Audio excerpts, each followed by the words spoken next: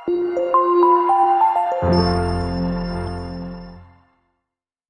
ایمان لرم، عقیده لرم، څېړنه او تحقیق زما دا وایي چې دا اجیران دي، افغانستان ته وفاداره نه دي. دا اوس د دوی په منځ کې دوه ډلې دي، یوه د حقاني ډله ده او بلې هم د ملا هیبت خان ډله ده. په خپلو کې اوس لمن وهي، په خپلو کې یو وایي چې درانیان یو او بل وایي غلجان یو. د حقاني ډله وایي چې وروره ټول اقتدار او قدرت به په کابل کې وي، او د ملا هیبت خان ډله وایي چې نه، دا هر څه باید قندهار ته انتقال سي. په وزارتونو دا اوس جنګونه دي، په موټرو دا اوس جنګونه دي، په ریاستونو دا اوس دعوې روانې دي، په قدرت باندې سره نه جوړېږي. او دقیق معلومات لرم چې پرون په ارګ کې په خپلو کې سره یو بل ته مرمیګانې هم تېرې کړي دي. او په دې باندې تاسو ټول پوهېږئ چې د هیبت خان ډله او د حقاني ډله، د حقاني ډله هغه ډله ده چې د پاکستان مشرف ویلی و چې حقاني ہمارا ہیرو تھے، گلبدین بھی ہمارا ہیرو ہے. نو دا د ISI د آمرت لاندې مستقیم کار کوي. یعنی حقاني ډلې ته چې کوم لیست ورکول شوی ده، که نن وي، که سبا وي، که میاشت بعدي، که کال بعدي، دا لیست به پوره کوي، خپله وفاداري او خپل تعهد کافرانو ته ثابتوي، لکه څنګه چې امریکایانو ته ثابت کړ او لکه ورونه سره تاویږي را تاویږي د کابل په میدان کې، همدغسې خپله وفاداري او خپل دو تعهد لري فقط د ISI او د امریکایانو سره. تاسو سره دا تعهد نشته چې عمومي عفوه ده، دا د نړیوالو دوکه کول دي. نو د حقاني ډله د ISI هغه غلامه او اجیره ډله ده چې د چا نوم یې ورته ورکړی هغه هیڅ څوک نشي معاف کولی. هغه به دو ټارګېټ کوي، ویډیو کوي او عکسونه به یې ISI ته لیږي، او که ویې نه لیږه بیا د دو خپل صحیح ماموریت نه ده ترسره کړی. نو ملګرو د دې دپاره زه دغه مبارزه کوم د الله دپاره او د خپل ګران هېواد سره د عشق او مینې محبت په خاطر باندې. که تاسو سره هر څه مواد وي دا تاسې مستند کوئ، موږ ته راولېږئ. نورو بې ځایه خبرو نه، د ډېرو وایس مسیجونو لیکلو نه په مسنجر کې تېر شئ. هر هغه مسج چې مطلب ونه لري، هر هغه لیکل چې مطلب ونه لري، که زه یې ولولم یا واورم بېرته جواب نه ورکوم. مطلب نه مې مقصد دا ده چې د حیبتي ځناورانو ظلمونه وحشتونه ده. او که څوک موږ ته وایي ولا ورور تا سره یو څو دقیقې خبرې کول غواړم، نو دې ته وخت نشته. ځکه وخت نشته چې خپل کار کوو، مړی ژوندی د خلکو سره تګ راتګ، دا د هر څه پالنه هم کوو. شپې چې کور ته راسو نو دغه یو ساعت وخت چې لرو چې خپلو بچیانو سره کښېنو، هغه موږ راځو په لایف کې، موږ به ودرېږه چې که زما په دا ویډیو باندې یو افغان متوجه سي او د خپل ځان محافظت او ساتنه وکړي او د هغه ژوند وژغورل شي، نو دا به زما دپاره داسې وي چې لکه څنګه الله په قرآن کې فرمایي ومن احیاها فکأنما احیا الناس جمیعا. که چا د یو انسان ژوند وژغوره لکه ټول انسانیت چې ژغورلی، زما دپاره به دومره لوی او عظیم هغه وي. پاتې دا شو ملګرو، تر ټولو الحمدلله هر انسان کوشش کوي ځان ته ځان وایي الحمدلله دیندار یم، تقوادار یم، د چا مې حق نه ده خوړلی، غصب مې نه ده کړی، قتل مې نه ده کړی، په الله مې ایمان ده چې هغه روزي راکوي.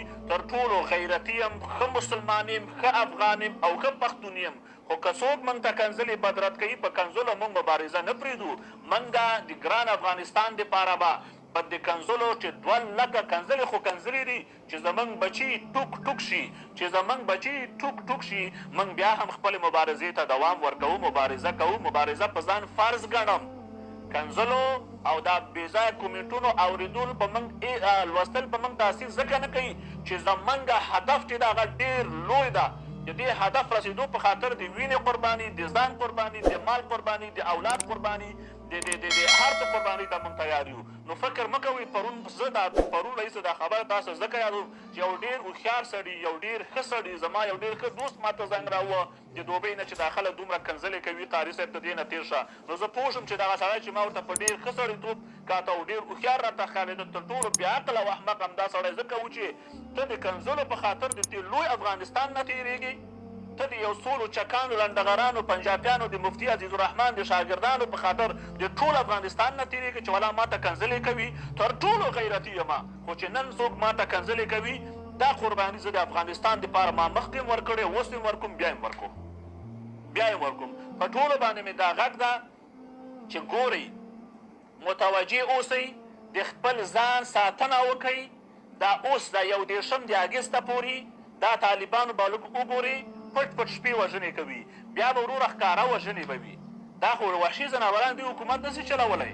دوی همدا اوس خپل رینجرو ته ګورې حکومت په دې طریقې چلیږي. خپل رینجرو کې د تیل پیسې نه لري. هغه رینجر چې دومره قوي ماشین باندې څومره هغه خو د ځینې 100 روپۍ تیل اچوي، هغه ټانکونو ته هانوي ورته وایي که هموي ورته وایي چې شی وایي، دا ورته ورځي هغه په یو سلیټر یا یو ریز ورکولو باندې 10 لیټره تیل خوري. دوی ورځي 1.5 روپۍ یو ټانک والا ته نیسي وایي د 1.5 روپۍ تیل واچوه. نو حکومت او نظام دا په مسخرو او په ډرامو او په دا شیانو نه چلیږي. دا اوس ما ته د کابل نه ما سره چا اړیکه ونیوه. په چرستون کې یو څه تجاران دي په سعودي عربستان کې تجارت کوي، لږ اقتصادي حالات یې جوړ ده. طالبان ورغلي ورته ویلي چې زموږ په لاس کې خو اوس فعلا هېڅ نشته ده، تاسو موږ ته پیسې راکړئ چې زموږ حکومت کله قوي سو او بېرته پیسې زموږ لاس ته راغلې بېرته یې درکوو. اوس هغو له ډار نه اوس په رېږدېدا کې دي چې اوس که پیسې ورکوو نو کومه یې کوو، او که نه او بیا دوی نه سبا اخیستی څوک شي، او که نه ورکوو بله ورځ به یا ماشوم تښتوي یا سړی تښتوي یا به بانه لټوي. دا اوس په لنډغرانو واوښتو، وایي په داسې بلا واوړي چې پرتوک په سر راواوړي. دوی سره اوس څه کوي؟ اوس په دې طریقې سره د خلکو نشکونې کوي. زه ټولو هغه افغانانو ته وایم چې چا ترې نه استقبال کړی یم. زه ډېر پلوبین خلک ګورم، ډېر بې غیرته خلک ګورم چې پنجابیانو نه استقبال وکړه، د مفتي عزیزالرحمن د هیروګانو نه استقبال وکړه، د هغه خلکو نه استقبال وکړه چې ISI به ویل چې جهاد افغانستان دفاع پاکستان. انشاءالله هغه ورځ راځي چې تا ذلیل کي، ستا ورور ذلیل کي، ستا پلار ذلیل کي، ستا خاندان ذلیل کي، او بیا پښیمانه یې غول خورده، بیا پښیمانه خو بیا به هېڅ په لاس نه درځي. ولې تا د یو اجنبي د یو پنجابي تا د غلامي وکړه. پنجاب خپله د انګلیس غلام او د انګلیس نسل او بچی ده. ته لاړې د غلامي دې وکړه. ته 5م لاس غلام شوې، ته 6م لاس غلام شوې. انشاءالله هغه ورځ د باندې را روان ده. تاسو په دې سپږانو باندې، په دې خیرانو باندې، په دې لنډغرانو تاسو دو دا دسمالونه وګورئ چې په سرونه اچوي، تاسو دو دا شکلونه وګورئ. ماشومان ډارېږي، زنانه ډارېږي، نارینه په ډار کې دي، غټ باډي بلډران، قوي د صحت والا خلک په ډار کې دي. یو وهم پروت ده. زه چې د خلکو سره زه داسې یو محاسبه کوم چې آیا څومره خلک خوشحاله دي او څومره خلک خفه دي. باور په خدای وکړئ چې اوسه پورې ما خوشحاله څوک نه ده لیدلی. یو وهم په خلکو پروت ده، یو ډار په خلکو پروت ده، یوه ویره په خلکو پرته ده چې دا به آخر کېږي څه. دا څه ځناور دي. ژورنالست ترې ډارېږي، ډاکټر ترې ډارېږي، انجینر ترې ډارېږي، مامور ترې ډارېږي، مدیر ترې ډارېږي، رئیس ترې ډارېږي. یوه پوښتنه هم ترې نه شي کولی که په پوښتنه کې د راګیر کوم په غم باندې پاتې. ژورنالست راته وایي که په پوښتنه کې د راګیر که هم په غم پاتې شوی چې کامره بندې دی خو راځي کامره دې ماتوي، کیسټه ترې نه باسي، تهدیدوي دی، وحي دی. تر اوسه پورې څو نفره ژورنالستان یې په شهادت ورسول، څومره ژورنالستان یې تر اوسه وهلي دي. دا خبره به څوک اوس میډیا ته راوباسي، دا به څوک میډیا ته وباسي. د میوې په کارتنونو کې وسله وړي پاکستان ته، د کچالو په بوجیګانو کې وسلې وړي پاکستان ته. دا ما ته چا باور وکړي چې دغه اوس د افغانستان یو وطن دوست، یو قوي جنرال چې نوم یې واخله تاسې ټول یې پېژنئ، خو زه یې نوم نه شم اخیستلی داسې نه چې هغه بیا رانه خفه نه شي. هغه راته یې څه وایي چې قاري صاحب د کچالو په بوجیګانو کې وړي.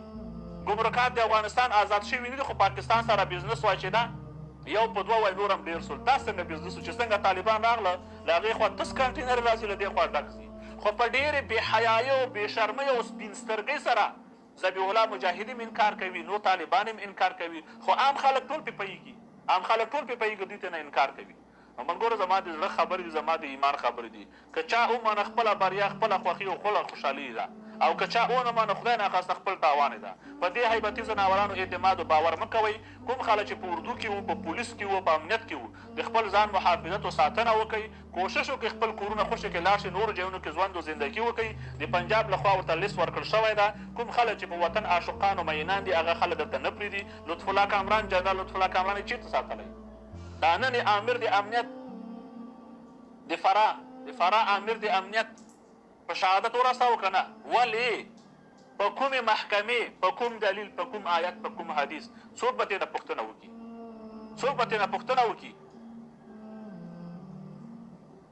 یو وخت دا خو ګورئ، دا موږ ته خو 5-6 کسان وروره چې موږ ته راپور راورسېږي په زرګونو داسې دي. په اطرافونو کې څوک موبایل ته لاسرسی لري؟ په اطرافونو کې د چا سره موبایل شته؟ د د چا وس کېږي سمارټ ټلیفون ته قوي ټلیفون ته د چا وس کېږي انټرنیټ ته هغه نه بیخي موږ تاسو نه خبرېږو نو ملګرو بیا هم در باندې غږ کوم دا ویډیو شیر کړئ کیدای شي زما په ویلو او ستاسو په شیر کولو د یو انسان د یو افغان ستاسو د یو افغان ورور ژوند وژغورل شي دا زما د ایمان او د وجدان خبرې دي د افغانستان سره د انتهایي عشق خبرې دي وروره عشق د بس په عشق کې که جنون وای نو موږ دې جنون ته رسېدلي وو چې په ټول افغانستان کې هېڅوک غږ نه پورته کوي یوازینی قاری عیسی محمدي د وطن په عشق کې په رښتیا ولیونه شوی ده په رښتیا عاشق شوی ده په رښتیا مجنون شوی ده چې ټول خلک خاموش دي او حالت ته ګوري او زه اوس هم لګیا یم وایم چې دا هره خبره واورم فورا یې ولیکم او فورا پې باندې لایف راشم دې ته وایي د عشق انتها چې جنون ته رسېږي نن یې نه منئ خو شپږ میاشتې بعد به یې ومنئ نن زما دا خبرې نه منئ که ژوندی وم کال بعد به تاسو ټول ومنئ بیا به ډېر نادم یاست او ډېر پښیمان یاست دا حیبتي ځناوران دا د مفتي عزیز الرحمن په مدرسو کې تربیه شوي بغیر د ځان نه بل هېڅوک نه مني تعلیم یافته عالمان به درته بېعزته کي ستا انجینري ورته نسوار نه ښکاري ستا طب ورته ستا ډاکټري ورته نسوار نه ښکارېږي تا که حقوق ویلی ته ورته نسوار نه ښکارېږي تا که سیاسي علوم ویلی ته ورته نسوار نه ښکارېږي که ته پیلوټ یې ته ورته نسوار ارزښت نه لرې که ته تجار ته ورته نسوار ارزښت نه لرې که ته مشر سپین ږیری ته ورته نسوار ارزښت نه لرې که ته په کلي کور کې د قدر وړ دوی ته نسوار ارزښت نه لرې که ته یو ځوان یې او د ځوانۍ یو غرور لرې او د وطن او د هیواد سره مینه لرې او صرف د افغانستان دومره کې بیرغ د په دې باندې راوټومبه دوی ته د نسوار ارزښت نه لري ستا مرګ د عزتي ځان ته خپله فتوا ورکوي هر هغه طالب چې د مفتي عزیز الرحمن په ډغې باندې 10 کاله دمبېدلی هغه ته ستا مرګ نسوار نه ښکارېږي خپله مفتي ده خپله قاضي ده خپله څارنوال ده خپله پولیس ده خپله عسکر ده هر څه خپله ده نو ملګرو هیله مند یم دا ویډیو سره شیر کړئ کیدای شي ستاسو په شیر کولو باندې د یو انسان ژوند وژغورل شي او د دې حیبتي ځناورانو ظالمانو په مقابل کې به انشاءالله مقابله کوو والسلام علیکم